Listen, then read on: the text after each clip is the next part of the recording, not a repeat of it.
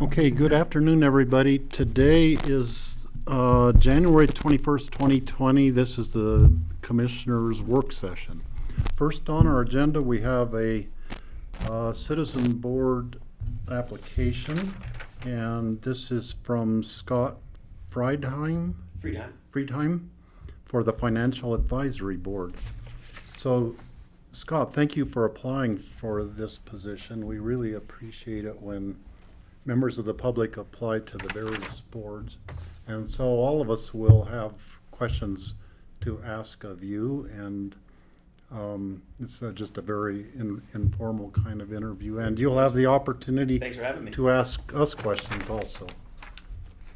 So first question would be, why do you want to serve on the Financial Advisory Board? I've been, I've had a residence in Aspen for over 10 years, and I live here full time. My children are in the Aspen schools. Two are at Country Day, one's at the community school. And I feel like the right thing to do is to contribute to the community in whatever way we can. And I happen to have a background in finance that's reasonably rich, so I want to make sure that if it's of service to the community, that I do it. Mm-hmm. Yeah, I was impressed with your resume. You've have a really vast experience in financial matters. Thank you. So that would be valuable. Board questions? Yeah, thanks for applying. I would just love to ask, what's the SCF Foundation? I was just going, mic on? Here we are. SCF Foundation? That's my brother's foundation, Stephen Cyrus Friedheim. Oh, God, okay. Just wondering what the scope was, or what the, so if you had nonprofit and clearly a lot of for-profit experience with corporate work. Have you just checked in on what the requirements are? Are you comfortable with? I've looked at what's on the website. Frankly, I think it's up to you through the governance to dictate to what degree do you want input, contribution, those sorts of things. Got it. Thank you for applying. It's nice Thanks for to having meet me. you. Yes, of course. If the board requested input on socially responsible investing, is that something that you would draw on your background to provide input? Sure. To us? I think with any bucket of investing, the question is, what's the goal of whatever pool of capital, and how diversified is the portfolio? To what degree is one interested in risk return relative to the agenda of the county? So clearly I would draw on that. As a finance person, I don't believe in investing in that specific bucket just to check the box. If we're going to just check the box, then fine. We can call it an expenditure if we want. But I think fiduciary responsibility is one of the things that I'd help contribute and help clarify the distinction between what's an expense, what's really an investment, what would be the right process if one wanted to allocate capital in that bucket, and to what degree. Mm-hmm. Okay, thank you. Patty? Time commitment. I have a feeling that you can be flexible with that. I've got a lot more bandwidth than the website suggested was the required commitment. So. Well, and just so you know, and please correct me if I'm wrong, Ann, we're hoping to engage, or we're in the process of engaging, the Financial Advisory Board on a greater scope. So especially this coming year or two or three, to try and help us with some, trying to find financial solutions to some of the issues that have been popping up in the county that we don't have designated funds for. So just to let you know that may take up a little more time. I'd welcome it. Okay, perfect, because that's what the Financial Advisory Board. And need you to want to come come up. up to a microphone? Carefully. Don't trip. So, in the last 18 months, the Financial Advisory Board have been meeting probably every other month for about 2 hours at a lunch meeting. So, you do actually get fed. And that's proven to be very effective. They give us direction, and then we go about preparing for the next meeting and doing some research and so on. And we expect that to continue. So we're hoping to see more of the Financial Advisory Board smiling faces. I'm very comfortable with that, and I think any board should be there as a sounding board for the people who have the lonely job and responsibility of running whatever it is that they're trying to run. So Thank you. that's an easy one. I tried to do the easy questions out of this.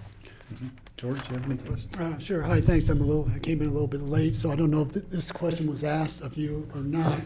How familiar are you with the financial structure of the county, where we receive our dollars from, and Somewhat. I've taken a cursory look at the financial statements, but that just begs more questions than it does anything else. It always does. That's why we do it that way. and good chunk of our dollars come from sales tax, Sales and tax, property tax. property tax, and we've got special districts and enterprise funds. Yes. Yeah. Okay. Great. Thanks. We're always in search of grants, whatever we can get. If I could, just to follow up for Ann and Scott, Kelly's question. You see it in the news. BlackRock is no longer going to invest. They're trying to go carbon neutral or something like that. Goldman Sachs just announced. We're seeing these announcements coming on where you've got these major investment companies have decided to take a stand. And I think that we've declared a climate emergency in the county, and certainly some of us are very focused on it. What our employees want to do with their personal retirement plans is their decision. But I think that it'd be great to have a guidance policy. If somebody's interested, how can we help them?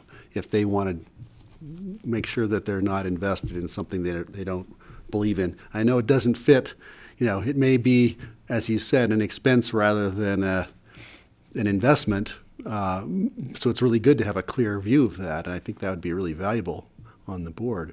But just wondering, philosophically, is this going to cause problems? Is it going to be difficult? Is it going to go against our stellar performance so far?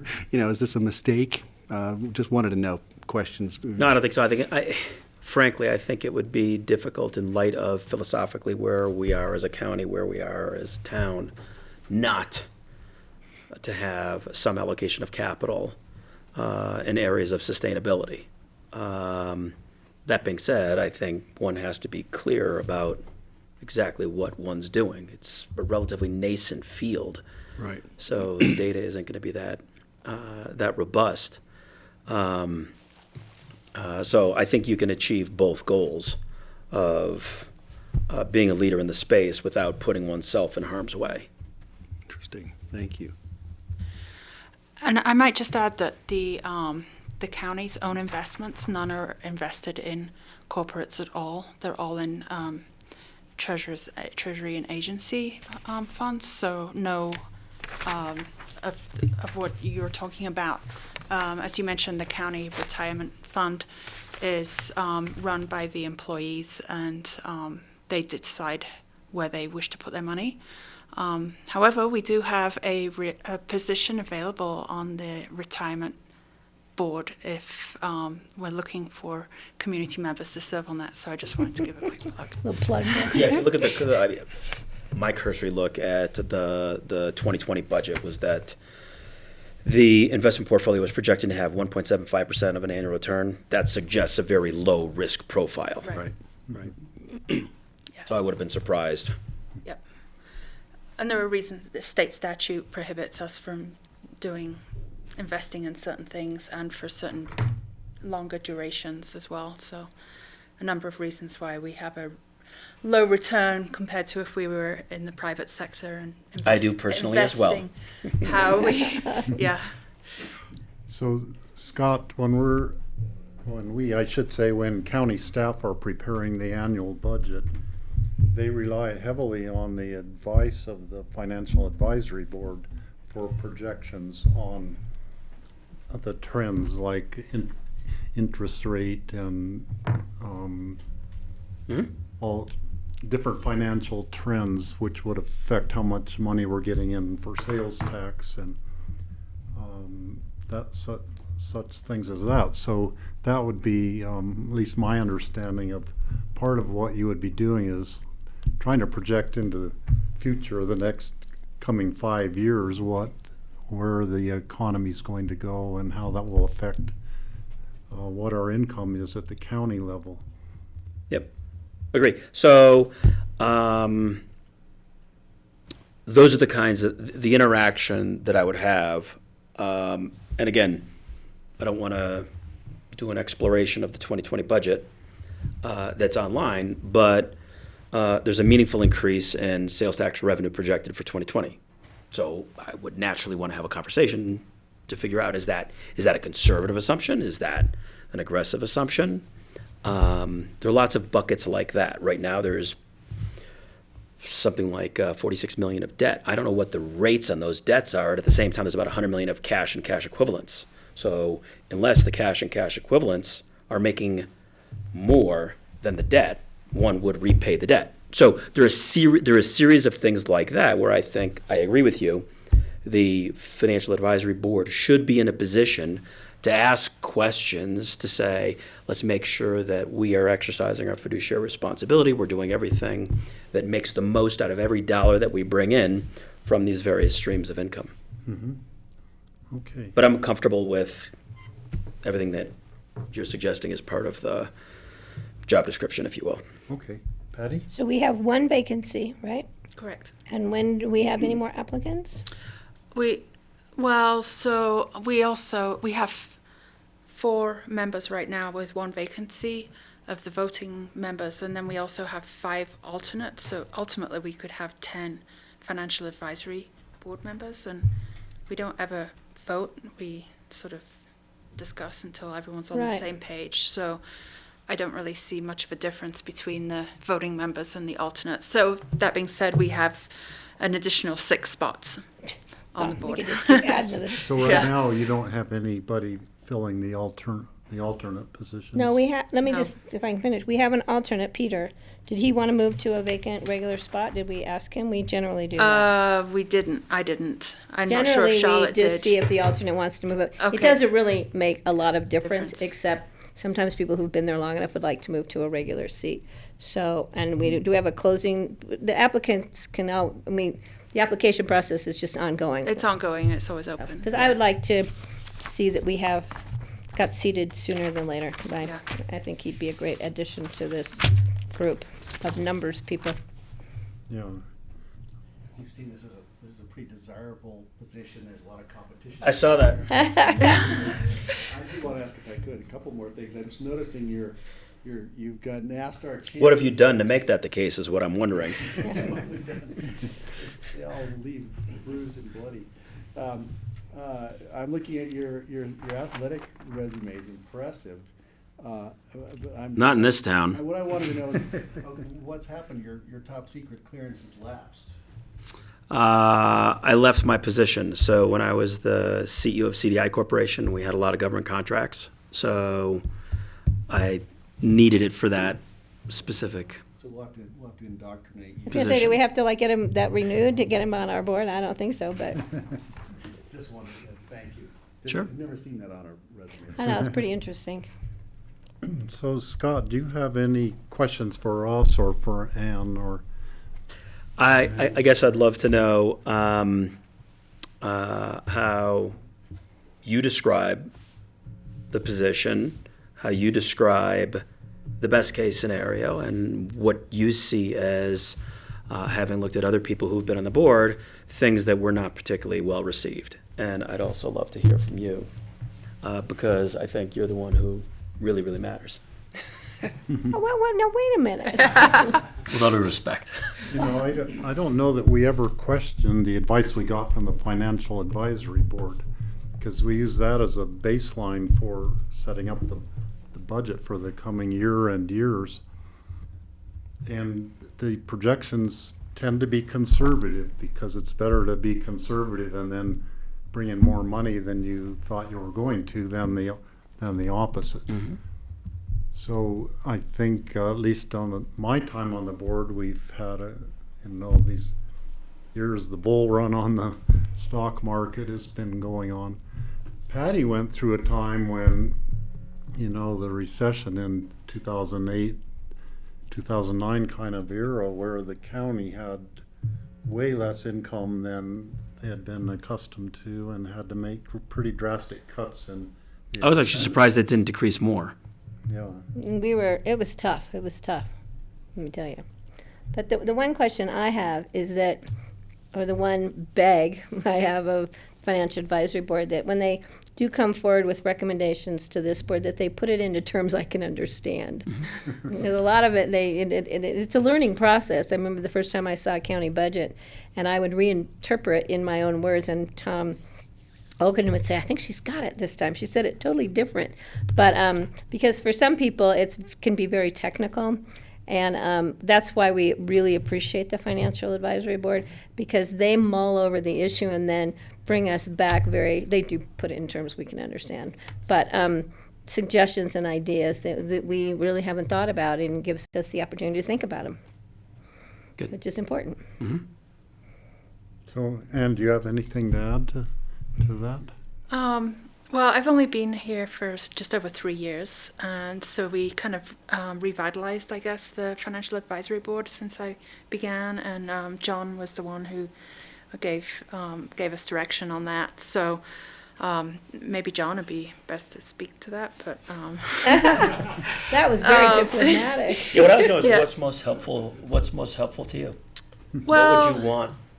I think right now we're currently kind of really digging deep into how we identify future revenue sources to fix some of the imbalances that we have in the long range sort of capital budget for the county, or lack of budget, because we can never get it in the budget because we don't have funding for it. So we've literally spent a year going over many different aspects of the types of revenues that are permitted by state statute, and kind of delving into those and identifying costs and specifying needs and so forth. So it's really kind of like digging into all of those details, and then hopefully we'll be making a recommendation to the board fairly soon in what we feel needs to be done about that. So. I also, in the role, and your eye on the sales tax was a good catch and worthy of conversation. Yeah. And one of the ways I think that the board uses and staff uses the Financial Advisory Board is a little bit of a check to make sure that the assumptions that we're making going into a budget make sense. We've had another set of eyes on them. Historically, we've used the Financial Advisory Board primarily on the revenue side, and then at times when we've had a financing question and such coming up. We've got a number of potentially large projects coming up, as well as needs in the county that both present kind of competing priorities and financing challenges. And so we'll be using the Financial Advisory Board kind of as a check on us, so that the board has some assurance that we haven't put a magic asterisk in the budget that we want these appropriations, and sure, we've got the revenues to cover it, Yeah. Or So, do we? not that we do that, but it does provide just an additional layer of oversight. Okay. Okay. Any more further things from the board? No, just so you know, we appoint somebody to one of our boards or commissions. We have to go through a formal resolution process. So our next meeting is tomorrow, but which will probably be too soon. So within the next couple of weeks, unless we have a rush of applicants. Yeah. Great. We'll get back to you. Okay. And thanks for Thank coming you so in. much for having me. It's nice to meet Really you. appreciate it. Scott. Appreciate you coming in. I shake your hand. Thank you. Thanks, Amy. Oh, no. Well, not this one. I'm right-handed anyway, so. Okay. Okay. Good to meet you. Good to meet you. So, John, we're gonna skip Thank you, to Steve. have Risa. Thank you very much. Thanks, it was really nice to meet you. We're gonna Thanks. skip you. one item on the agenda right now, and we're gonna have Risa come up and talk about the state legislation on tobacco, nicotine, and then we'll go back and do the future agendas. That's fine. You know, you'd think I was here enough and I would know how to do this, but how do I? Let's see. I think I'm missing a cable. Can I What just- kind of connect here? You Just can. anything. Awesome. That'll do. See if that works. It's Get my 50-50. There you go. Yes. Thank you, John.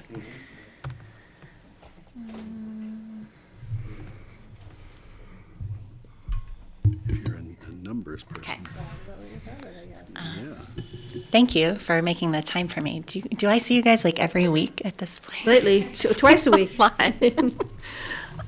So I was asked to come today and just give a quick update on the House bill that's been proposed for tobacco regulation or nicotine regulation. And I think the idea was that we could potentially send a letter to the state in support of this. So I just wanted to give a quick overview. So I have just 2 slides this time.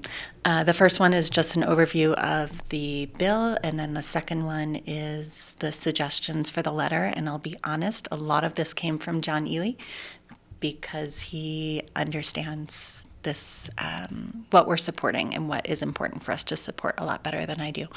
But he couldn't be here this afternoon. So can I ask a question?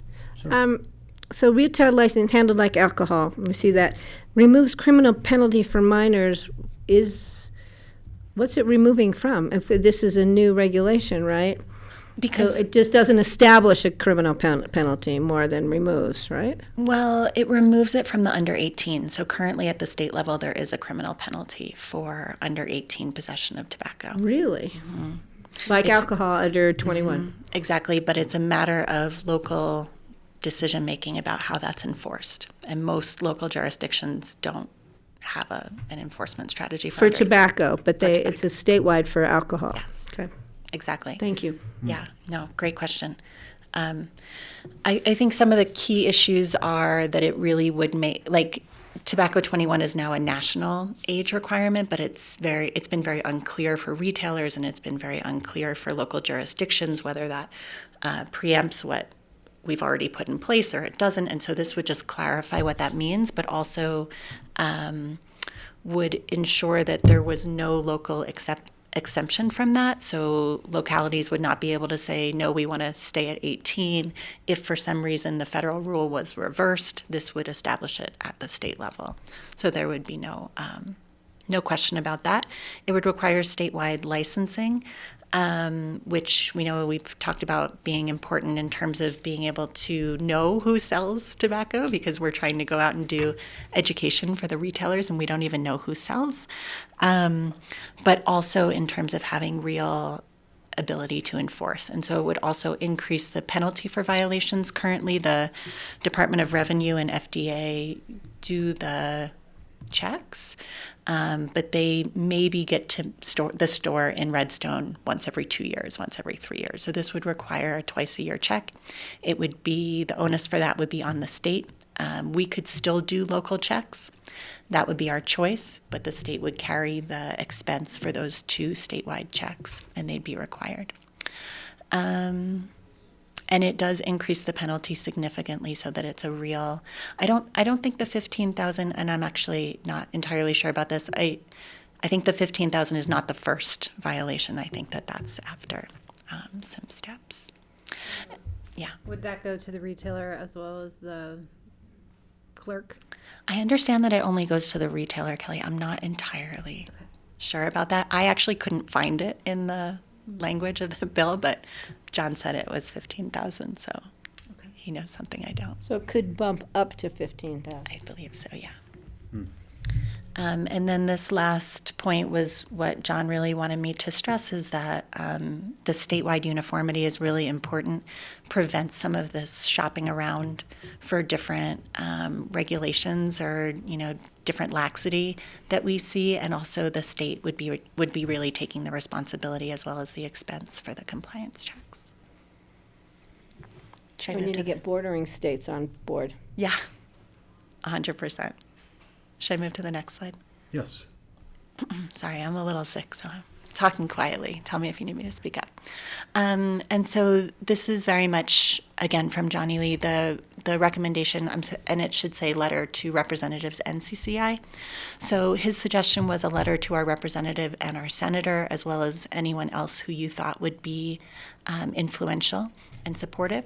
He also suggested that we either send a letter to CCI or have it brought up by our representatives at the next meeting. And I imagine that would be your call on how you think that would be best done. His suggestions in terms of content were to highlight the background data, so the state data of, as being number one in the country, et cetera, but also our local data and how we've been trying to manage local numbers. And describing the general benefits of a state standardized tobacco 21, which is what we just discussed, and the importance of licensing and enforcement, which I think we've talked about at length, and so those are not new concepts. And then just really reinforcing that this would give us the authority to do what we've been trying to do, which is take tobacco regulation seriously, be able to have real compliance and enforcement, and even consider a flavor ban. So I'm just here to ask for your suggestions and grace. So actually on Thursday and Friday, Kelly and I will be at CCI in Denver. So this Awesome. could be very timely. I don't know if this bill is on the things we're looking at, or it could be added on.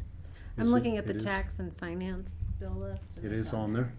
Okay, so we will be taking it up, and so this is very timely that we will, that's why I was taking pictures of it, so I will have your slides I can share with me them. to refer to. Perfect. Would you like me to share this slide? That'd be helpful. Okay. Yeah. thank Yeah, you. if you would, email it to all of us, it'd be great. Okay, I can do that, yeah. Sorry, it's very last minute. I would recommend both, a letter to CCI, the representative and senator, Okay. and introducing it, if you guys have the opportunity this week, to just start, I think the conversation is started, but just to show Pickett County is behind the conversation. But I think a letter is also a good idea.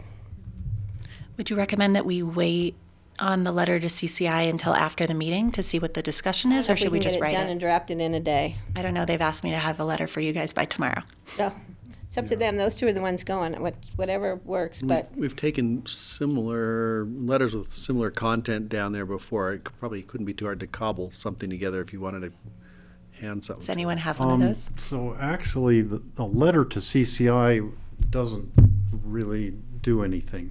Okay. The bullet, having a list, a one-pager with the bullet points Okay. for us to make the argument at CCI verbally is what really helps. The letters to the representative and senator would be very important to do. Okay. I think CCing CCI on the letter to the representative senators would just keep them in the loop, letting them know Yeah, what we've that's sent easy. forward. It's just, Yeah. the No harm done. other counties will vote on how to act on this Yeah. bill, and then staff will roll with it from there. So do you think there's a detriment to including CCI in the letter to the representatives No, and but No, senators? CCing them would. Yeah. If the members vote not to work on this bill, then staff Yeah. will just ignore this. So who is might happen the anyway. tax and finance staff person at CCI? Daphne, Daphne Garibay? no, Ginny. Ginny Ginny Pin- Pingenel. And so I would call it to her attention on the CC.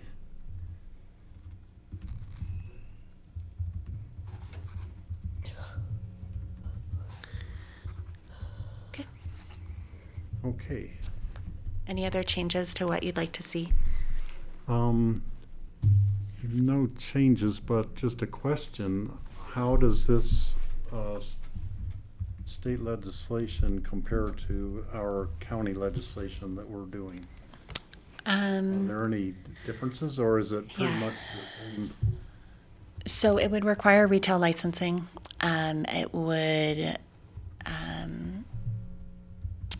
increase the amount for compliance violations, because ours would be at about 1,000. And otherwise, I think it's very much the same, but it puts it at the state level. We doing So- compliance checks twice a year? Would that be our goal? Minimum twice a year. Yeah. 2 to 3 times a year. Well, 3 times a year is probably the gold standard, but that's hard to accomplish. What we really want to see is that if there's a violation at a check, that there's a follow-up check within 30 days. And so that's something that we're putting into the regulations for local. But yeah, it does look a lot like what we're talking about here. And I think that that's been really the important thing of all the local work that we've done, is that we're in this region, we've really gotten almost every municipality that's put in place tobacco regulation has gone with best practices. And so I think the state has been able to look at that and say, okay, there's local support for these best practices that we know work. And so that's been really valuable. Bless you. Bless you. Okay, thank you. Thank Any further you. Thank you. Thank you. questions? Oh, no, great. Thanks, Risa. Yeah, thank you so much for coming in, and take care of yourself. Be well. Thank you. We're all passing colds around. Don't we see you tomorrow, too? Yes, I'll be back Okay. tomorrow. We'll have to, we'll have to plan everyone. something for Thank next you. week. Thank you. Thank you. Okay, moving backwards, John, let's go over the review of future agendas. Thanks, Steve. Just a second here.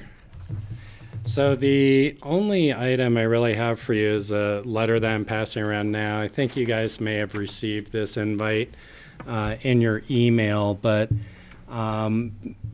board members have been invited to see the command post for the X Games, so you can see how the incident management team structure is operating during a major event. We stand this up as an opportunity to practice that structure and coordination with the different entities who would also be responding in an emergency situation. Right now, they're looking to open it up for kind of a tour and presentation on Saturday, January 25th from noon to 1. They are looking for RSVPs by tomorrow. I already RSVP'd. So as we've they got asked one us. RSVP. The email so we said just wanted to- RSVP. Yep, so we just wanted to be sure we double checked with you guys before that closed. Anyone else? Thanks. I just remember seeing that Going email. once? Yeah, I'll go. I think, I didn't RSVP, but I'd like to sort go. of planning on it. Okay, so You need to RSVP so they know how many people to so be Steve geared up and for. Greg, we can RSVP. George, you're okay, and Kelly, you're not available, and you've already I've already, RSVP'd, yeah. so you're good. And I received a thing, thank you for RSVPing. Oh, lucky you. So I have it on my calendar. That's all I have all day. Be with you in spirit. And just so the board knows too, I have been invited because of my previous background with the State All Hazard Advisory Committee, et cetera, to hopefully on Friday, the Director of Emergency Management is going to actually be at the site at Mountain Rescue. I do have the board retreat for the Public Health Board, so I'm going to try and sneak out, run out to Mountain Rescue to meet and greet this gentleman coming up from Denver, and then I'll come back to the Public Health meeting. A little crosstown jaunt. And that's all I've got for you guys. I have two things. May I? So Patty, next. On Tuesday, the 25th, we're doing the Northstar Management Plan. Is 30 minutes enough time for, it's just the draft? Just want to make sure that the other members of the board think they might have questions and concerns that last longer than 30 minutes. I didn't know. I think I don't know how many members of the public, I know it's just a work session, but with the influx of comments and the controversies up there, I just am hoping that 30 minutes is enough, just to give everybody a heads up. You see it, John? You've got a frown on your face. It's because my iPad isn't catching up. So that was the one thing. Sorry. And then I'll wait till John's geared up Okay. over there. And then on the 26th, the next day, Wednesday, for our regular meeting, I'm a little confused because item number 2 is an ordinance accepting development covenants, and item number 3 is an ordinance accepting development covenants. Looks like the same item, unless I'm missing something. We will check that. It may be 2 separate covenants. Or it but- could be one item put on twice. Or it could be one. Just so you know, in case we need to open up some time, because I think land use items 4 and 5 may take some time. But just going through that, if you could just clarify that. Okay.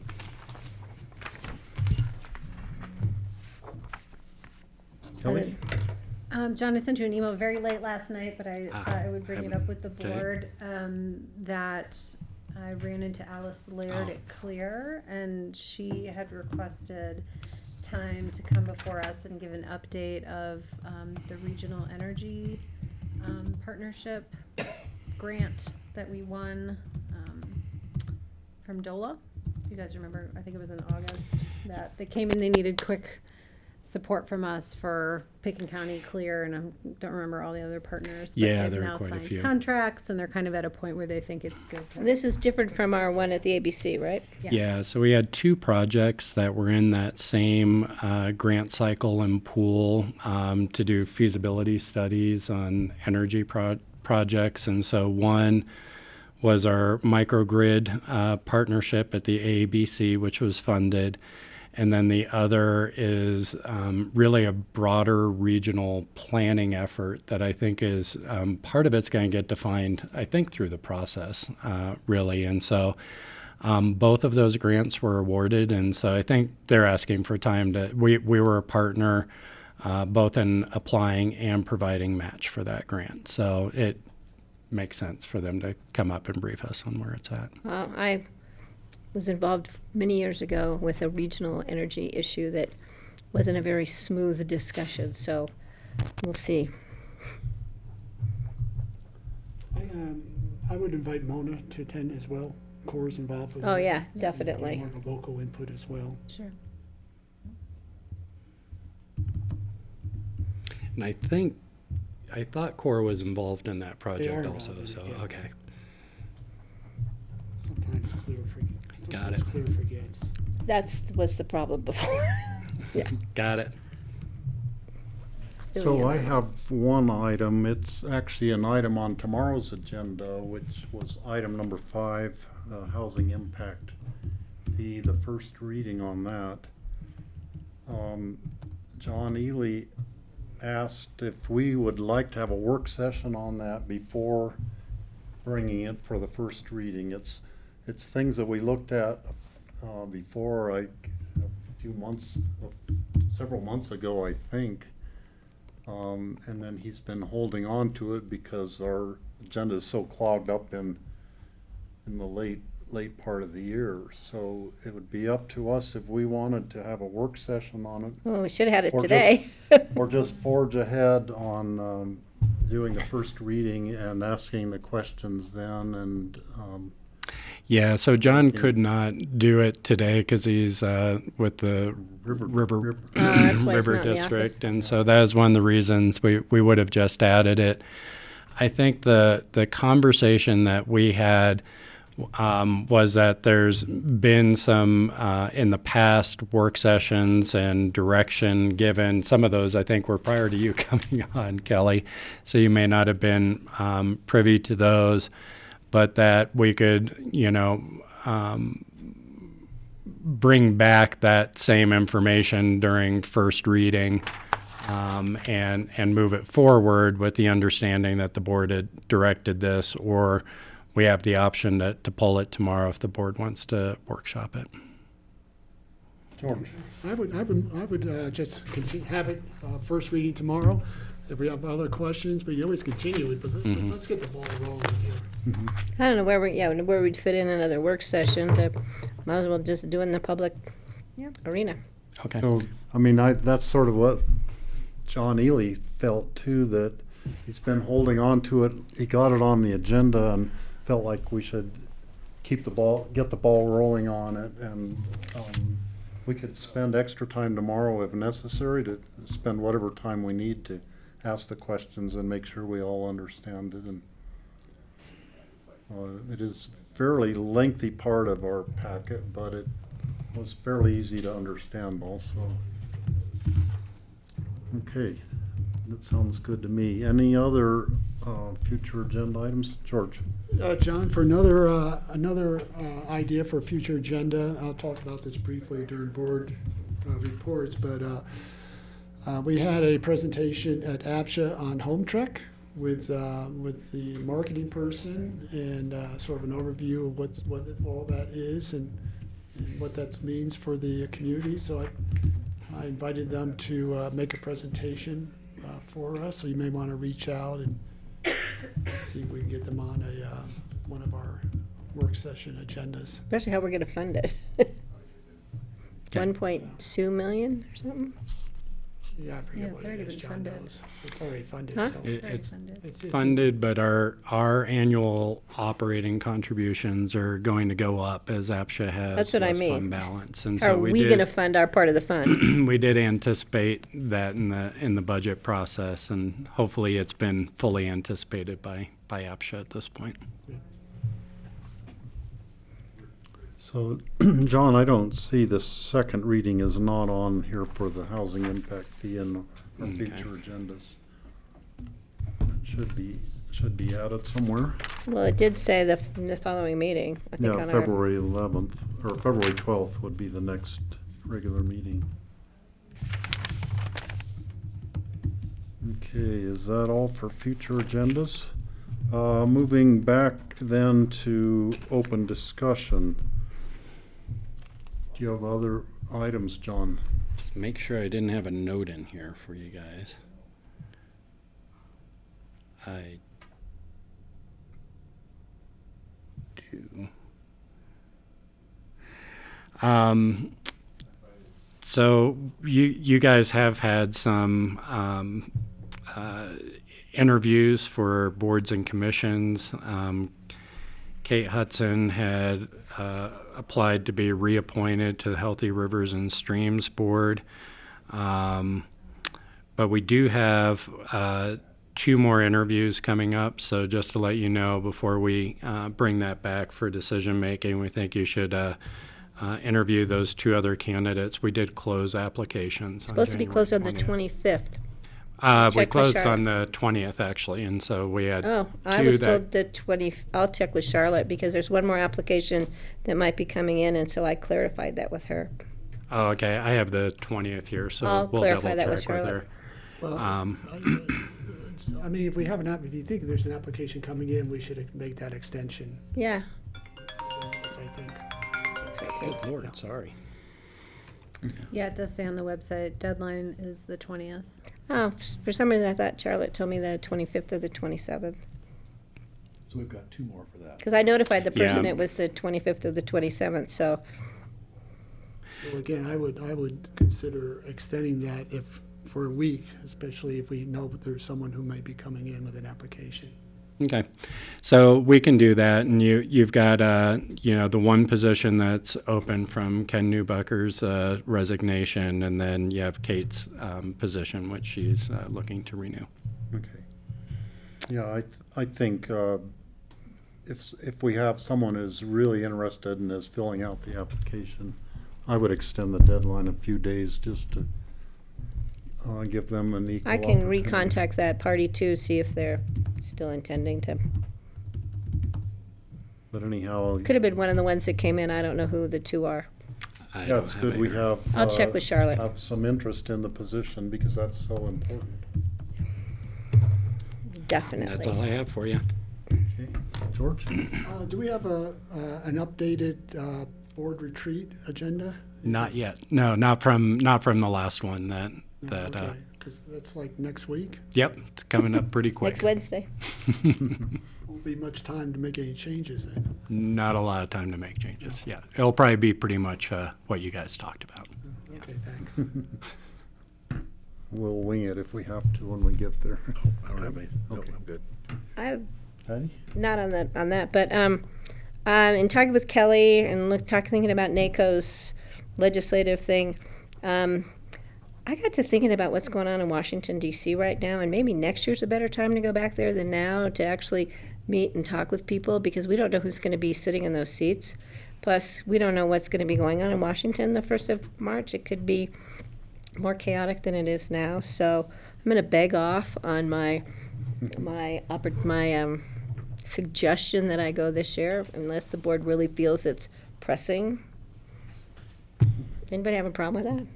We didn't have anybody go last year, and there was no earth-shattering consequences that I saw, so. Well, I think next year might be a better year to plan on somebody going.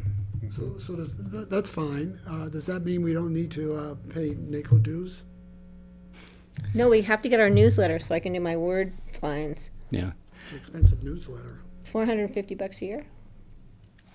We got an email, or maybe I did, perhaps, as chair, as from Gwen Lackout from La Plata County, who would like to allow us to have the CCI seat on the ELU steering committee.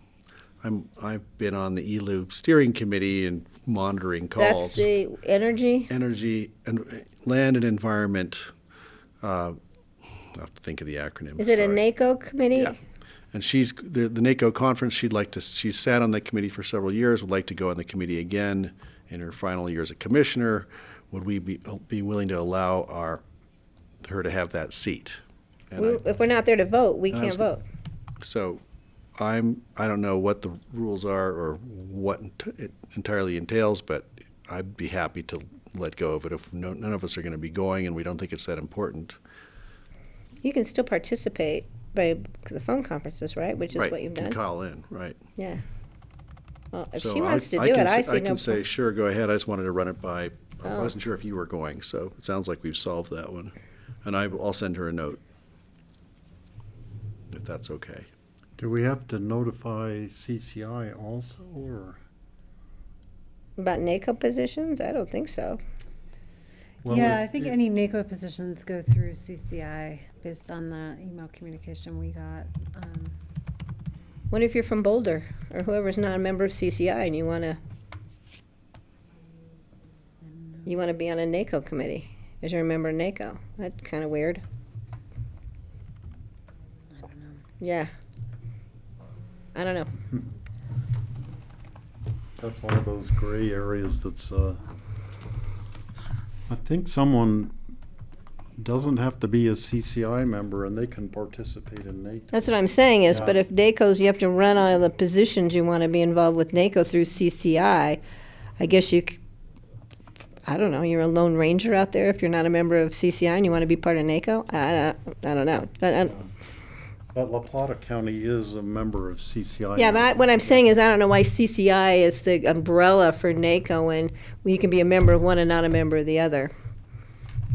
You don't have to, yeah, that's interesting. CCI requests that the committee form be submitted to Jean in their office, and then they process them to NACO.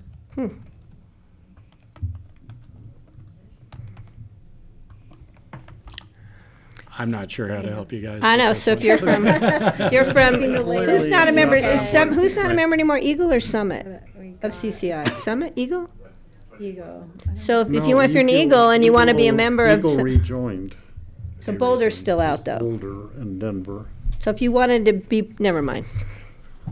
It doesn't make sense if you're not anyway, it's So not my who problem. should Details I care do the nothing. contact of a letter to CCI to Jeannie DeHaven? Do you want to so write? the do you wanna letter? write Oh that? yeah, I'll send that to you. Right, got it, Steve. Okay.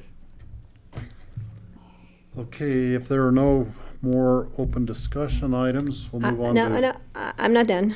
Okay, you're not done. No, open discussion, I would like to see us bring back, maybe this is future agendas, the discussion on Family Medical Leave Act, so for members of our staff who have a family member who's ill, because we said as part of passing the paternity-maternity leave, we would look at just a regular leave for family members, for staff who are attending to family illnesses. And staff is working on Okay, that with just the wanna team make sure on we a that didn't get dropped. proposal. Yeah, it did not get dropped. It has, I think, some more complications to it that folks are working through.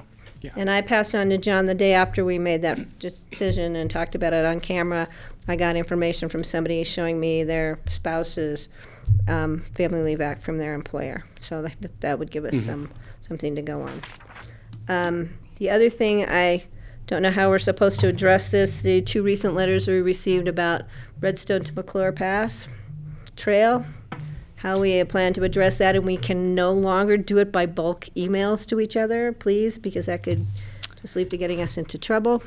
Yeah, so actually, we did talk to Steve and John Ely about that, and the letter, the process is actually a Forest Service process now as NEPA, and so it's really governed by and going through the Forest Service. So at this point, we've recognized receipt and that it's a Forest Service process. Because there were just some areas I don't think were totally accurate in those letters, but if it's out of our hands for the moment, then it's out of our hands. And there is coordination between open space and Yep. trails and the Forest Service, Great. so that Okay. those questions can be addressed. Great. That's all I have. Okay. Let's move on then to board membership reports. And let's do APSHA first. George? What do we do with APSHA, Kelly?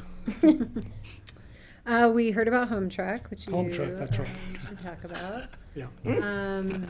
We have a subcommittee on outreach, and I can talk about that. So there's a subcommittee of the APSHA board that is putting together a plan to do a public outreach effort to solicit comments on the proposed regulations so that we can hear directly from the public, interested stakeholders on the language changes to the rules, and look at kind of real life examples. How is the rule working now? What would the proposed changes look like? And the plan is to hire a facilitator to lead those sessions and gather the input, as well as have a digital strategy that if people don't want to attend in person but still provide feedback, that they can do that before the board makes any decision about adopting these proposed changes. And we've called out some particular questions that we think we want feedback. Things like, what does a trade down what might a trade down policy look like? How do you define work? So, just with the changing working environment, what does it look like to live in this community, and who do you provide services to, et cetera? Looking at hours of work, is there better ways that we calculate the number of hours that a person would need to work to qualify to be in the APSHA program prior to retirement? How many years would you need to work in the community before you can retire in your unit? So things that have direct impacts on the future of the program. So that's ongoing. What else? You have anything else, George? No, it's good. Okay. Those are 2 main points. Okay. Thanks, Kelly. Sure. Northwest Colorado Council of Governments. Meeting Patty? is on Thursday in Eagle. We're doing John Stavney's evaluation to start with the executive committee. The biggest discussion, which was a huge part of the packet, was the new the issues related to senior demographics, et cetera. Steve and I talked briefly about doing a presentation of that. I don't know how we're going to do a presentation at the COG meeting because it's a whole meeting in itself, and we have a whole agenda at the COG meeting, but maybe something we could organize for the Roaring Fork Valley. Because I know I ran into Bill Infante, and he's really interested. He sits on the COG board or council, and he was interested. So it might be worth trying to set it up on a regional level. So you only have to have one presentation of this, and working with Chad Fedowitz at Senior Services to get that organized. I'll find out more about it tomorrow to see where the other jurisdictions might be doing to have the full presentation. Yeah. So it was Mary Kenyon who was the author of the report working for Northwest COG. Right. So just for your information, she's no longer doing consulting with Pickens County Senior Services.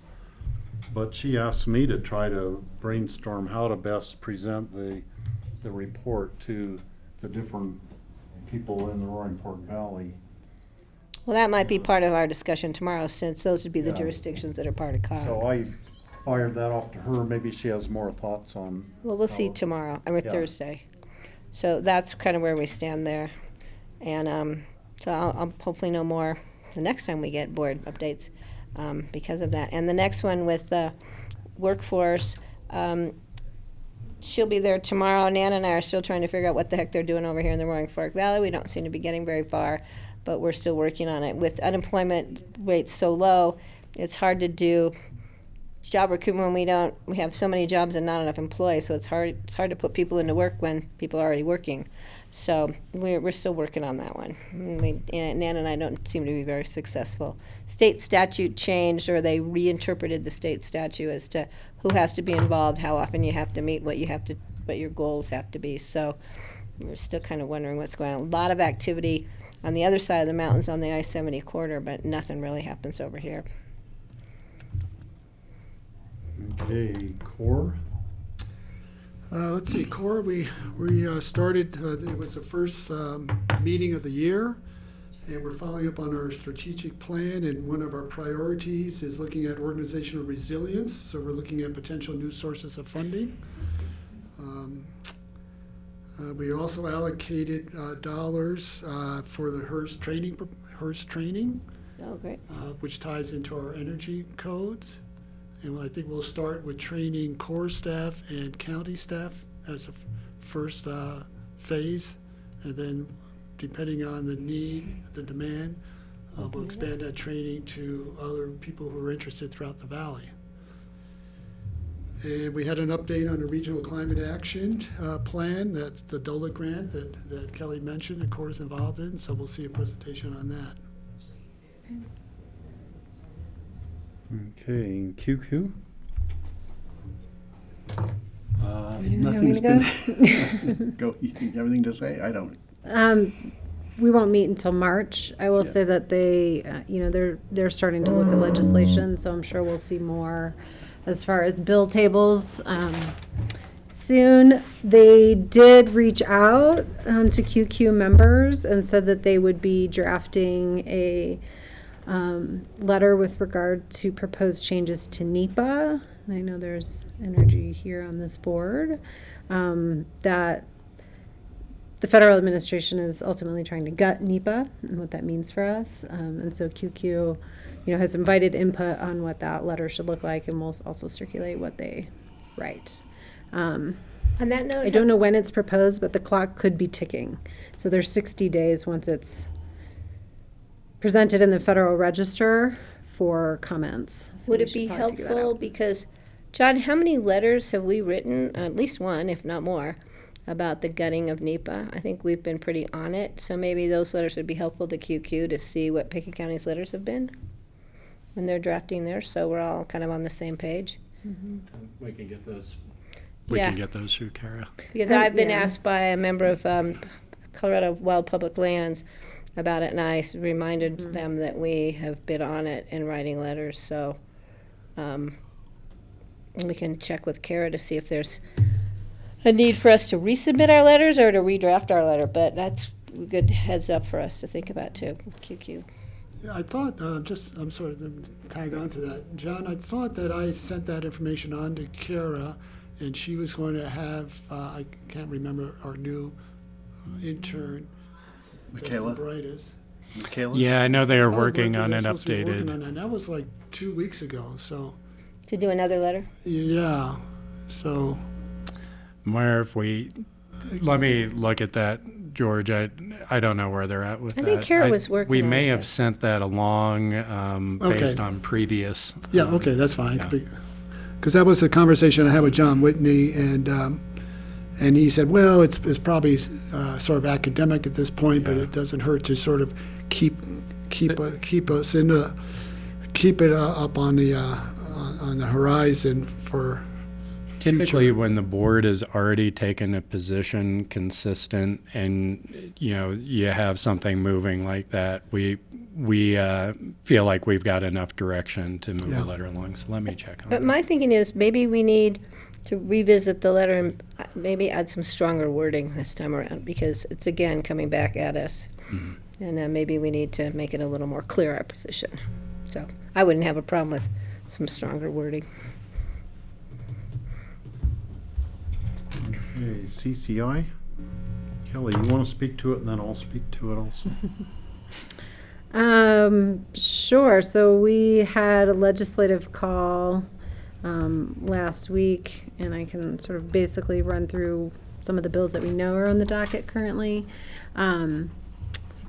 We'll have our we'll have our steering committees Thursday and Friday of this week. That Steve and I will travel down to Denver to. There's about 7 different committees that will look at all the bills that have been introduced thus far. So let's look at, okay. So some bills for discussion, our county business licensing bill, the repeal of the fee cap on the on-site wastewater treatment are 2 important to pick in. And so those are on the docket. Behavioral health information accessibility bill. This was one that we brought up with Nan when she was here about transparency and how the monies towards behavioral health providers are being revealed. 811 locate. This is something that I think that's really important. This is important to GR, where you have to call to get a Call before you dig. locate before you dig. And they updated that process that kind of had unintended consequences. So this is a bill that will help address some of that. I don't know what this other one is. Something having to do with traffic offenses. The traffic offense one was designed to take off the docket for the DA's offices. They have so many minor traffic offenses having to do with people not having their car registered and things that are really minor. It was clogging their docket to a large extent. So the purpose of that is to streamline the system so people can just pay their fines on things and not have to appear in court for really minor things. Unless they want to appear in court. They could appear in court if they want to. I don't want to eliminate the public's opportunity to Yeah. challenge.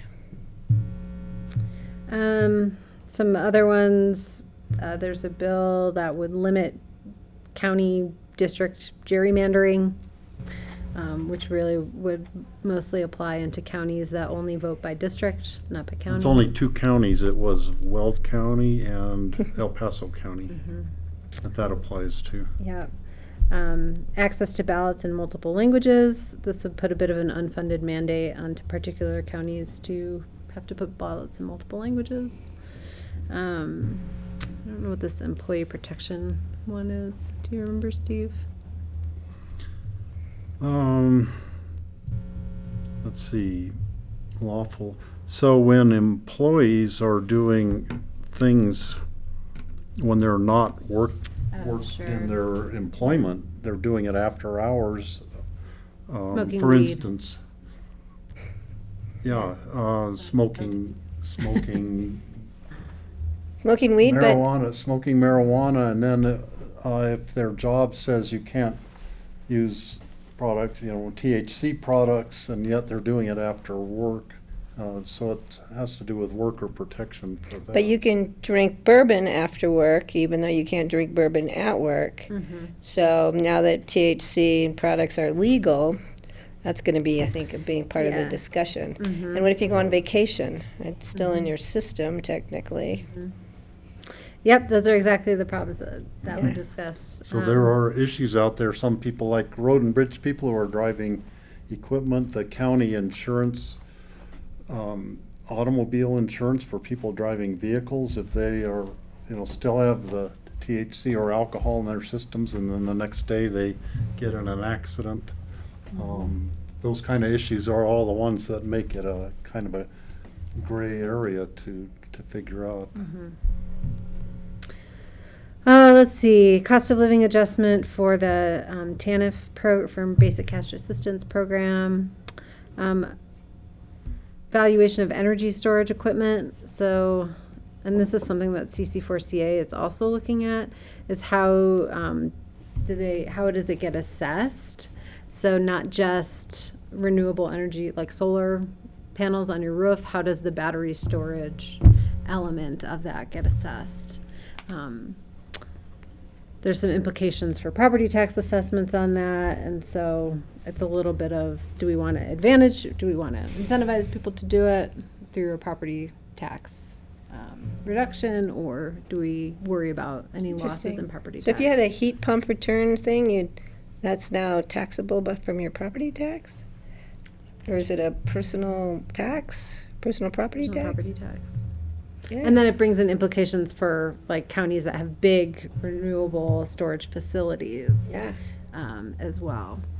So Interesting. that's one of the bills. Short-term rental property tax. This is a bill that's introduced that would assess short-term rentals at a commercial rate for any rental property that's rented out for more than 30 days a year. A total of 30 days, not 30 Total of consecutive? 30 days, yep. Total, yeah. Interesting. Yep, and we will have that conversation both at CCAT and CCI as well. Local government water elements and master plans. So this is, there is a requirement that when we approve land use applications that we're approving the water supply element. Is that the Wet water? wet water. Is that water exists in a land use application, and this strengthens, I think, some of the criteria of what we would have to look at a county level when reviewing those. I thought that Pickens County did that for subdivision only, but we need to check with Ely on that. And I remember when we changed that, we got a lot of grief from the community, but we made them show wet water, not just paper water, only with subdivisions, prior to the application moving forward. I imagine this will be on QQ's list too. Substance use disorder treatment in the criminal justice system. I don't know what the details are on that. And then removing the statewide preemption on local government pesticide regulation. No DDT in our county. So we'll have many more that we'll talk about this week, but those are the ones that we discussed in the legislative.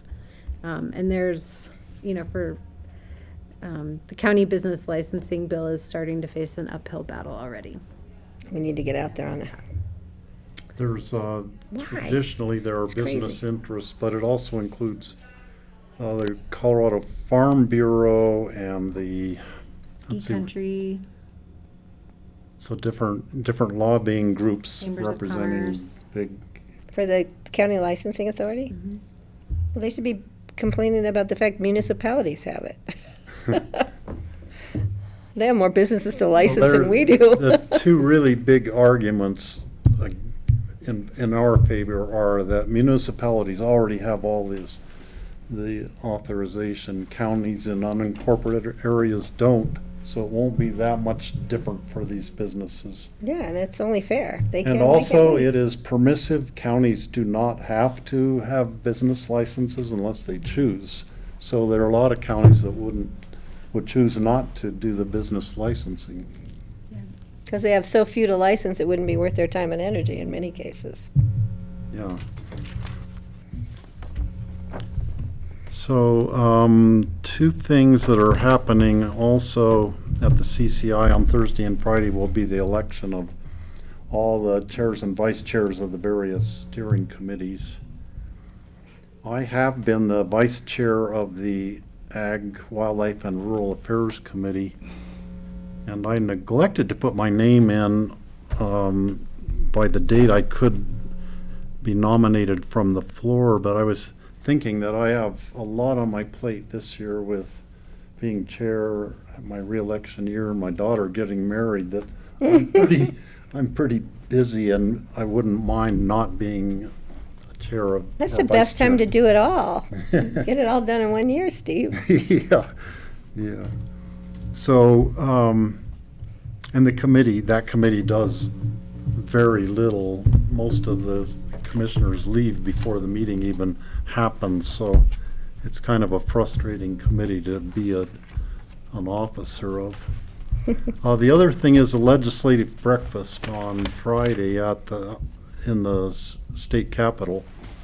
And Carrie Donovan reached out to us and asked she will be there and just asked to meet with us to talk about her legislation. So I'll be there. I guess you'll be at the legislative breakfast. Bright and early. So it's sort of a good time to eat some really bad breakfast food like donuts and sweet rolls And drink a lot of coffee, and drink a lot of coffee. bad coffee. But it's a chance to meet different legislators in kind of an informal setting, so. Let's see, moving I on. got for CCI. Roundtable? Yeah. Or seat Club 20? Club 20. Club 20 report from anybody? There will be coming up, there are going to be the policy, let's see, what do they call them? There are the policy committee meetings. It'll be 4 different days and mostly I think they're all in February. And I don't know if I can actually go to any of them this go around, just the way what days that they are on. 2 of the days are when we have CCI in Denver, so. Is Rachel still doing that? Isn't she So- supposed to be? So I need to get in touch with Rachel and just let her know I can't go to those this year and see if she can.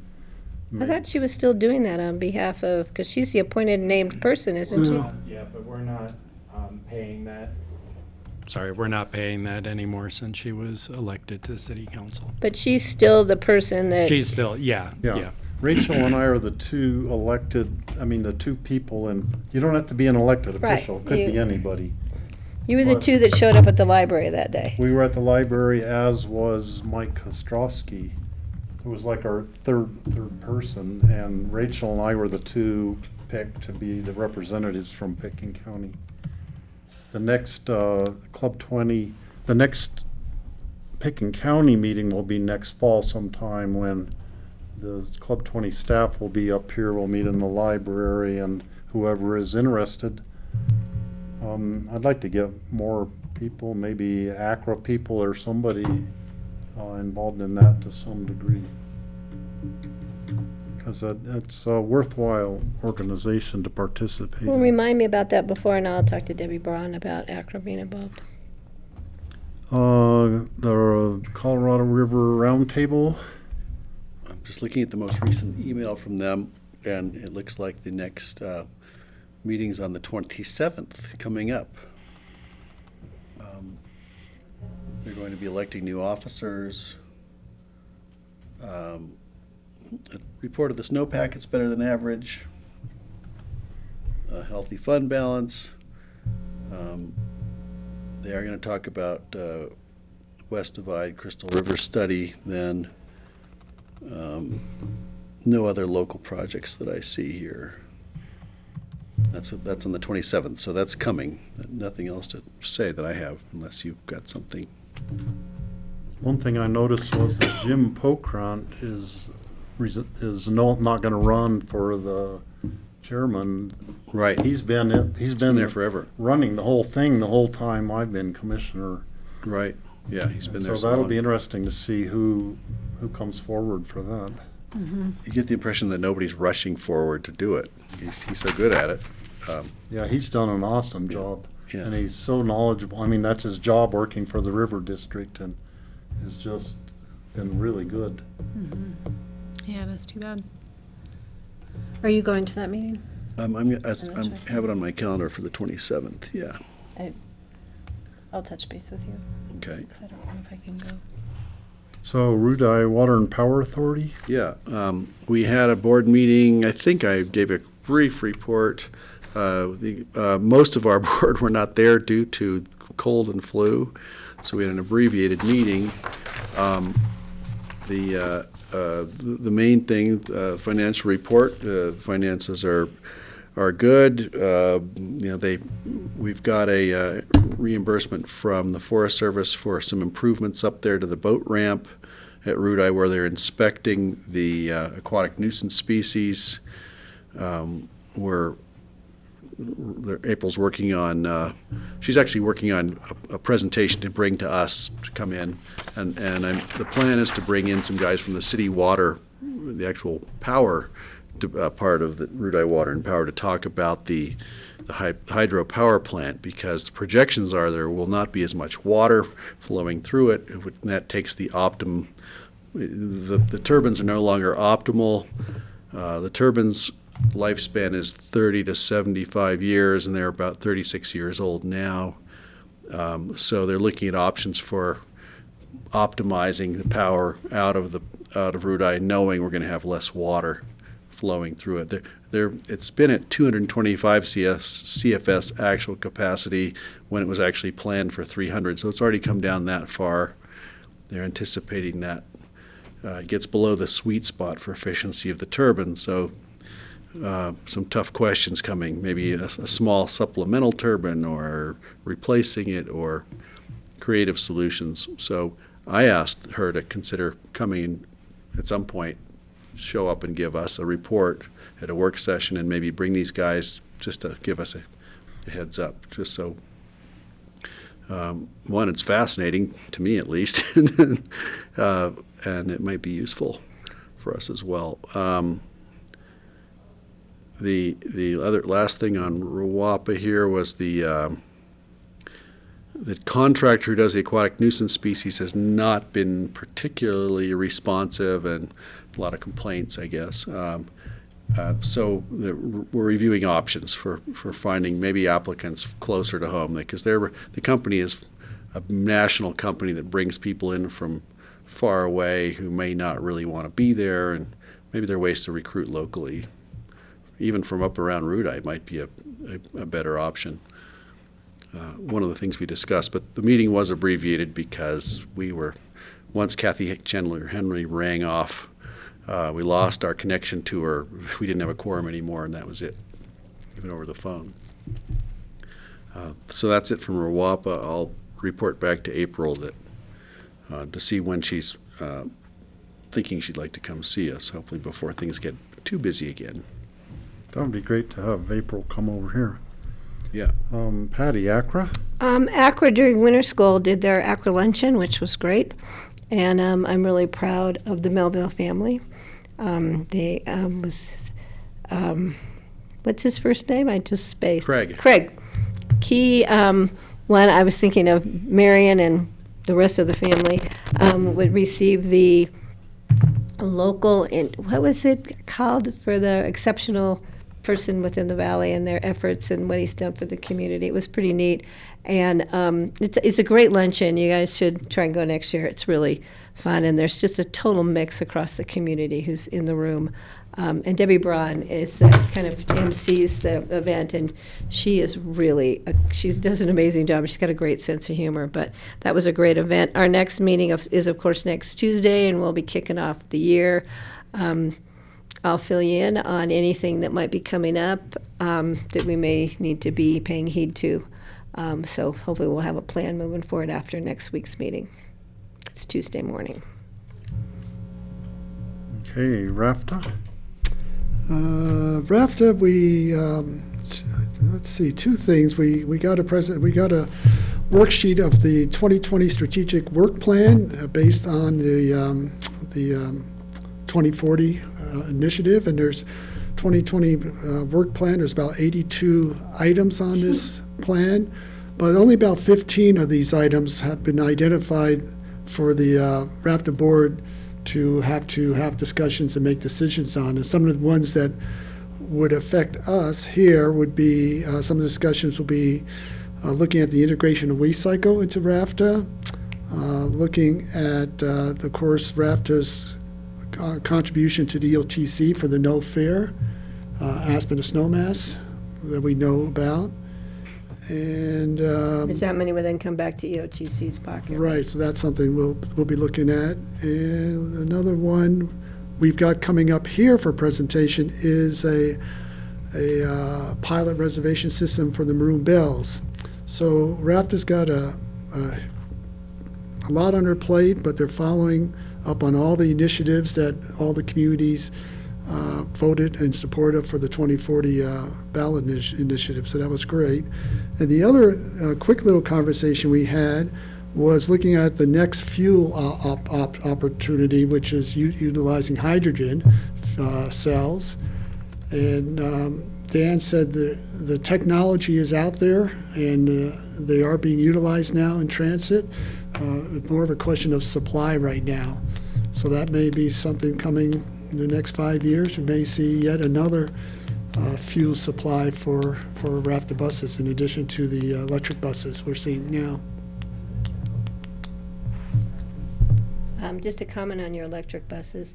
They're so darn quiet that if I'm lollygagging around the corner, I can't hear them coming up the street, and I miss them. Usually you know when to take off and start running. And they sneak around the corner, and then you're like, oh, the bus. They're so great. nice and quiet. The They're neighbors beautiful. love it, The huh? public love them, but boy, you have to be more timely catching that bus at the bus stop. If I could just add the one thing, I wasn't at the last meeting with you. I had a conflict here, but there was a previous meeting where you were gone, and I just mentioned how many people we have working in our building, in this building in particular, that have dogs, and how many people in town would like to commute with their dogs and drive instead of take a bus. So I brought up the possibility of dogs on certain buses or certain qualifications for dogs on buses. And staff said that they would review it and come back to the board.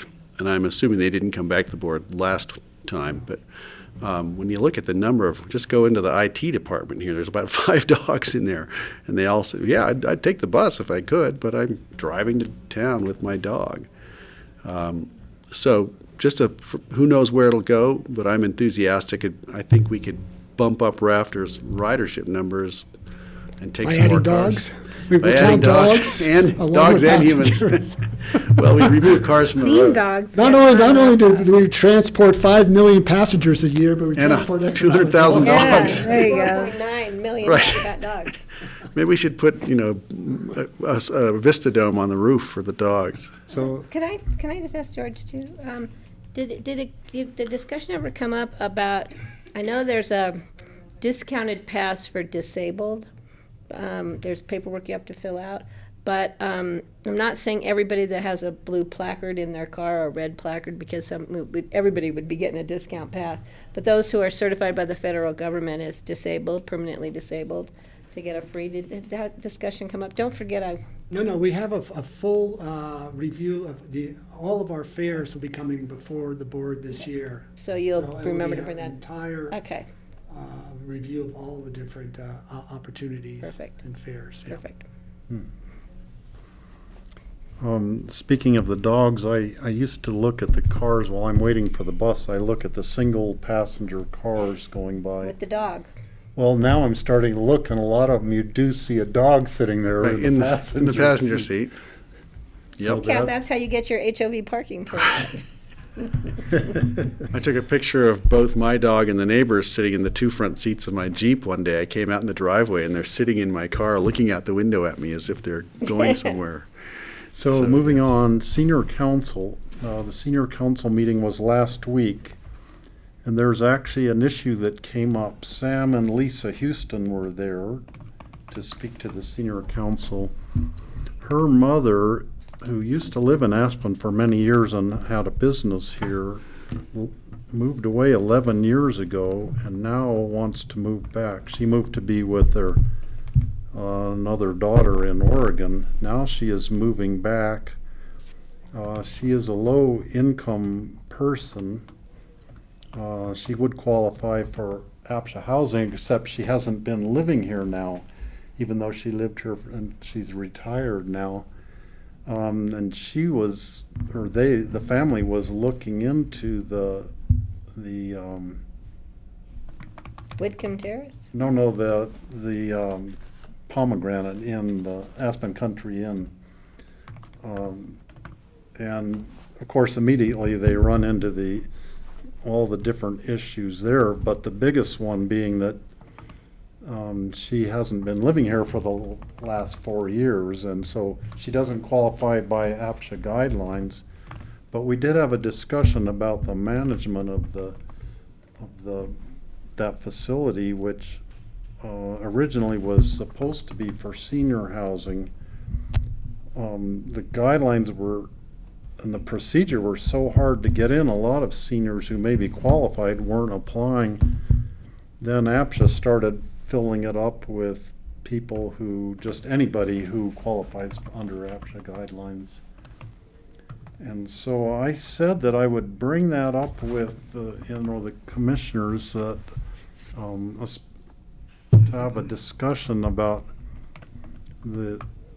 whether the management of that should be changed from what it is now to make it more of a senior, just a senior housing again, which was the original intent. Well, it's my understanding when there's a vacancy, rather than have it sit vacant, they open it up. When that vacancy comes up again, the seniors have priority.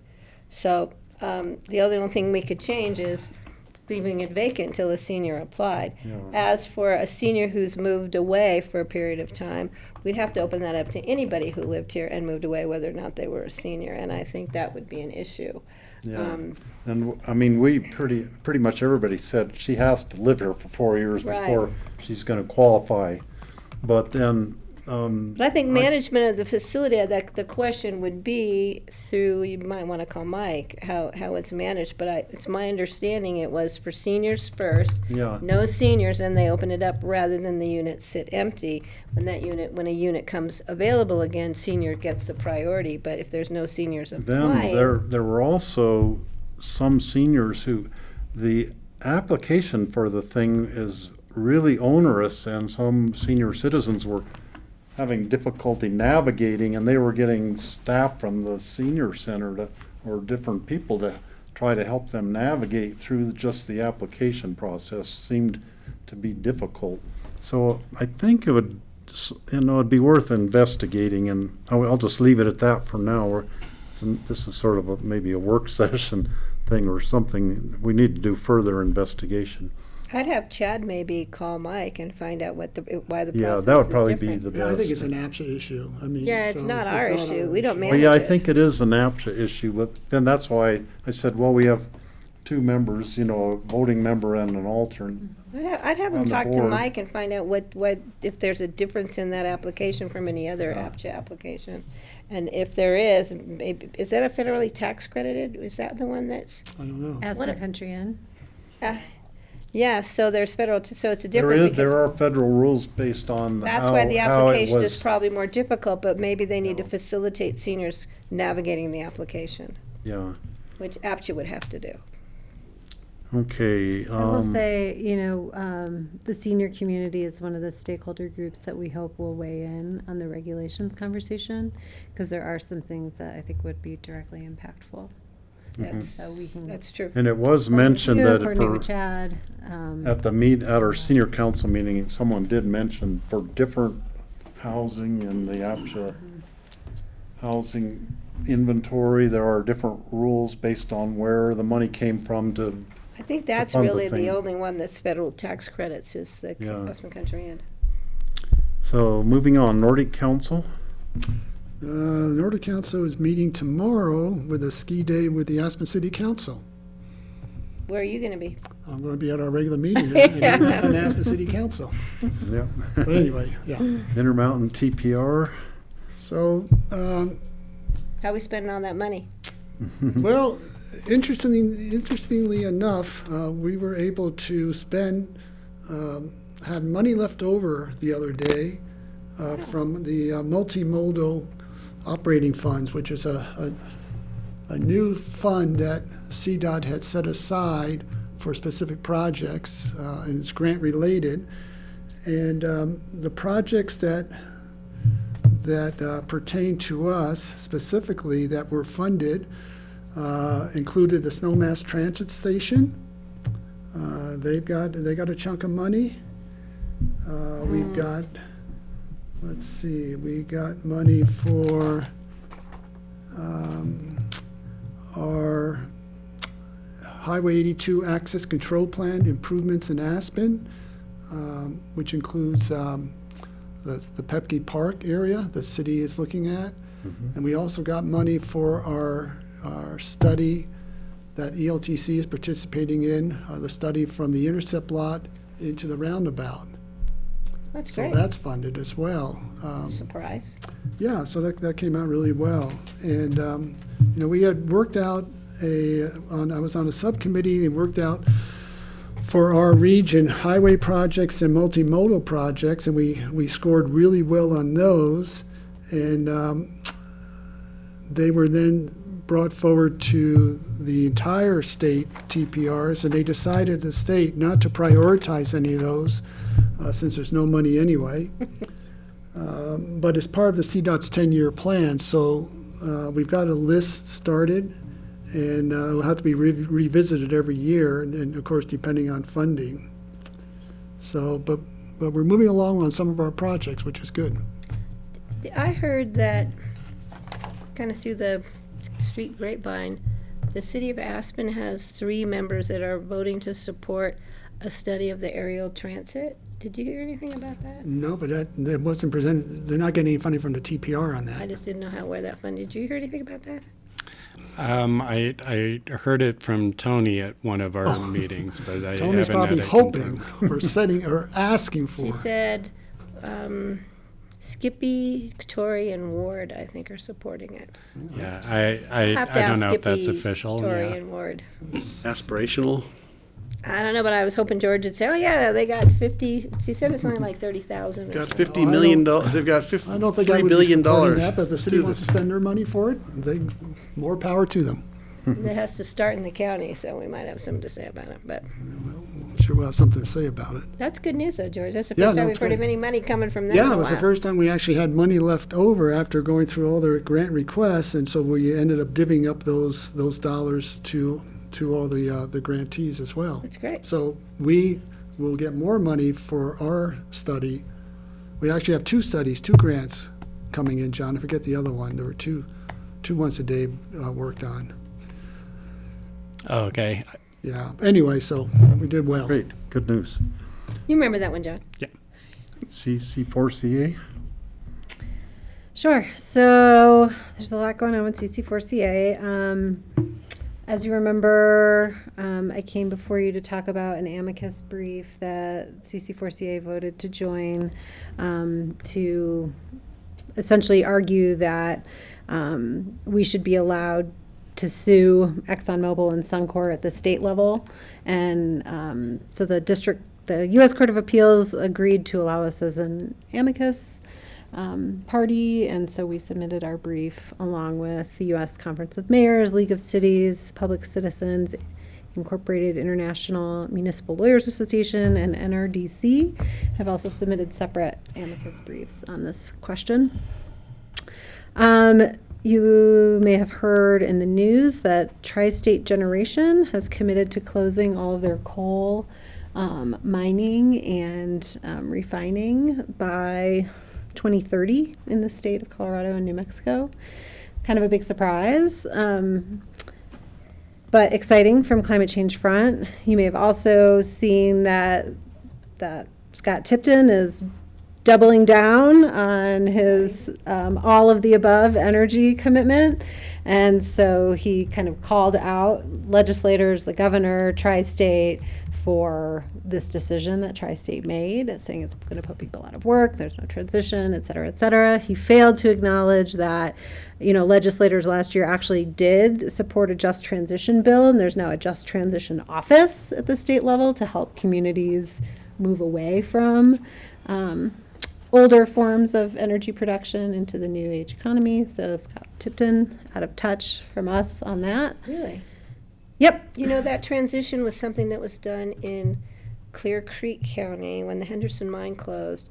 They did a re-education. It was through the workforce organizations and local counties over there to retrain those miners in new energy economy. And as far as I know, the transition was better than people thought it was going to be, because they moved them into a job that kept them out of the mines, number one, kept them above ground, and it seemed to be working well. But that was probably a good example for that bill. Yeah.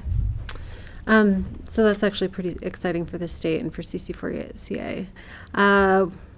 Policy and legislative stuff. So There's a couple of working groups. There was one on community choice energy, which doesn't really have to do with us because we have a rural cooperative, but it would allow different jurisdictions to push for community choice in their energy providers and help move away from some of the big investor-owned utilities. So there's a study bill being proposed about that. There's another working group on beneficial electrification that I'm sitting on, and so that is looking at how do we convert to an electrified economy, and what kind of programs and policies do we want to support at CC4CA level to help facilitate that. I testified last Friday in front of the Air Pollution Control Division about rules that are coming out of a bill that we supported last year on a greenhouse gas inventory at the state level. So improving how we report where and what sectors that greenhouse gases are being emitted from. And so this was an initial stakeholder outreach to hear kind of generally what should they be including in that rulemaking process. And so, for us, things like looking at all economic sectors, reporting data in a way that's not just at the state level, but that can be used by local jurisdictions for their own climate action plans. Using data that's already available, not putting unfunded mandates on local governments for collecting data, things like that, to help them scope what they should include. And they've just they've just brought on a team to do this work, which actually seems like a really great, sharp team.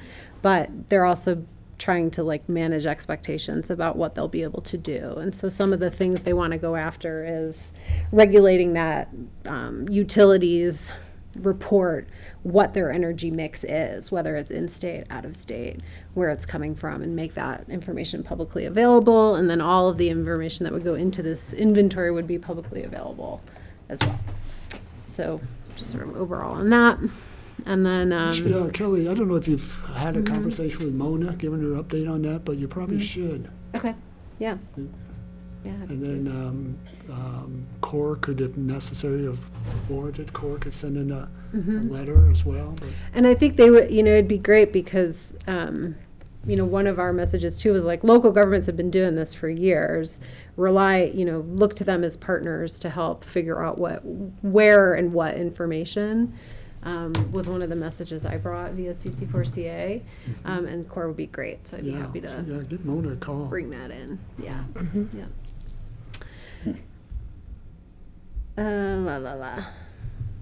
Some administrative stuff. So Greg, you'll be glad to hear that they're looking at revamping how the retreat gets run, so that we're not wordsmithing policy statement. 50 people trying to write a letter together.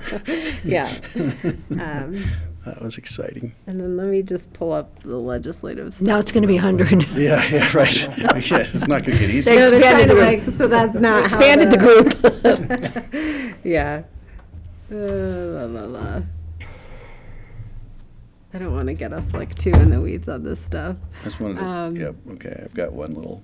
Do you want to chime in on that? Just on the transitions thing, there was a great FYI just this morning. KDNK Radio did a great news story on how Naturita is transitioning because they've shut down the mines down there, and I thought it was really interesting. But the next stop is going to be Hayden, where the mines the coal mines going offline, and they're doing these in-depth stories on how economic development people are going in and helping them create their recreation economies and all these things, which actually present really great opportunities. Who knows how quickly it'll replace the great coal mining and oil and gas jobs, but they're doing it, and it was interesting to hear. I kind of want to go down there now and check it out. Yeah. So take your spring break in Naturita. So in Hayden, when they close the coal mine, they get them into recreation. What's that event in the Olympics where you ski and then you shoot something? Yeah, the biathlon. Yeah. And just sort of from the policy agenda update that was done this year, it expanded the scope to look at solid waste And so CC4CA can now take a position on the local regulation of plastics, which our Senator Donovan has proposed. So that's pretty exciting. So CC4CA is going to be actively supporting that bill as current. And I'm not going to bog us down in all these bill things, but there were some bills that came out of some of the interim committees that CC4CA will be supporting, and that includes continuing funding for energy efficiency programs, et cetera. Do you want to know Thanks for any more? testifying. And let's skip compact for Colorado communities, go to CCAT. Can you remind me what Compact for Colorado Communities is? Started by the Aspen Energy folk. I think we had a conference, correct? Yeah, Steve Skadron was really behind it after he went Oh, to the yeah. Paris We might. meeting, and so it was When he went to Paris, but now, where are we on that? well, there's all these communities joined it, including us, to try to have more communication between the different. Right, I remember how it started, but I don't know where it went and where it is. Without I Steve think there it's leading the way. I think it's sort of in limbo right now, but Ashley Pearl would have an answer to that. Why don't I send her a note? Cindy was participating from the county's Right, right. perspective. I think there's been more focus on the other entities that we've joined, like CCAT and whatnot, in terms of legislative agenda. Much of our work related to the Compact to Colorado Communities, I think, is embedded in our climate action plan and sharing information. Okay. I just remember when it came about, and I just wasn't sure how it went about. Kelly, I did want to ask you about, you spoke at the hearing in Glenwood on Friday, representing CC4CA, right? Yep. How did that hearing go? It was informal. It was like a stakeholder outreach. So, the entire climate unit staff was there. So they have an outreach person, the policy director, the outreach person, and then two of the rule writers, essentially, or who came up. And they wanted to hear sort of what the scope should be. Another portion of rulemaking that they're going to be looking at, separate from the inventory and reporting, is hydrofluorocarbons, which have a greater global warming impact than even methane and carbon definitely. dioxide. So that's another component of the rule that they're going to be looking at. So they gave an overview on those two pieces of their rulemaking, and then just took input. And there, I was there, Matt Scher from Eagle was there, two Glenwood Springs Council people were there, Alice Laird from Clear, there was an oil and gas gentleman who was there, who interestingly, in sort of some prodding, had his whole career background was with the EPA. And now he's working in representing oil and gas. And then some other folks from the public who kind of made just really general comments about moving forward in action on climate change. Under whose administration in EPA did he work? I didn't get into those details with him. Interesting. I kind of have a feeling I know. Okay, and CCAT is last, and there was a phone call last week, and then CCAT will be meeting tomorrow afternoon at 5:30 in Denver. You might get there in I don't know time if I'll make it. for part of it. I'll be possibly. driving down Probably there. not driving down there. Yeah. I'm gonna try to. So if we can get done by 2 tomorrow, folks. Yeah. Let's take off the housing impact fee discussion. We can get done by 1.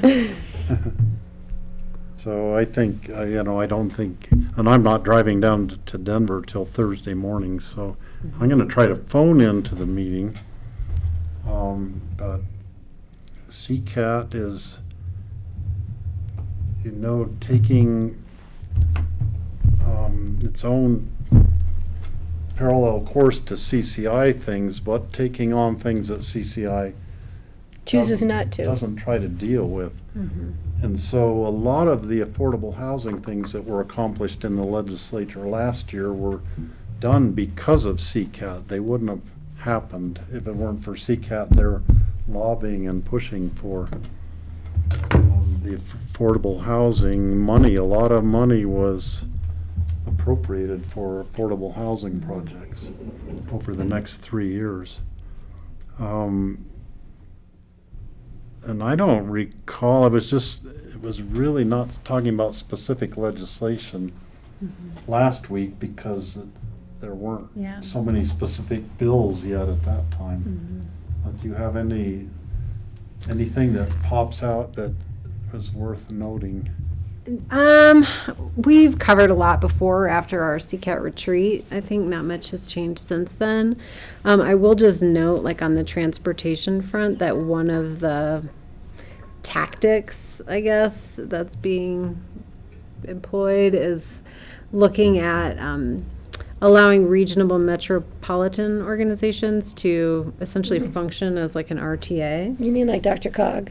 You know, so there's some fear that if that's the case, there will never be a statewide solution for transportation funding. Yeah, and that's how Dr. Cog functions. They have a huge transportation department and get a major amount of funding. And then Colorado Springs was looking at it, and I don't know where else was looking at it, and that would be pretty much devastating too, because they'd get what they want in the areas that have the most position of power. So, yeah. So, yeah, there was a lot of talk about how to ensure that the rural parts of the state can keep their foot in the door and get funding for projects there and not have all the money and all the focus go to the It's kind of where it the goes now. urban We're still areas and the struggling. I-25, I-70 Yep. intersection kind of a place. So we'll know more on that in our next go-around because we're really getting into the legislative session right now. So, does anybody else have anything to report for the good of the order? George? Just one thing, when we future agendas, we always have board reports allotted for 15 minutes. So we've been gone for almost an hour here. Yeah, we meant 15 minutes apiece. Oh, right. So in terms of when you, In the future. In the future. So many Talk times less in we the have future. such cursory reports, and there is a lot happening right now. So the problem is most of my meetings are after this, and then I forget by the next time, or everybody else, so it makes it tough. Okay. So, this meeting is done for the day, and You guys at noon tomorrow. noon tomorrow. Thanks, Grassroots. Thank you very much.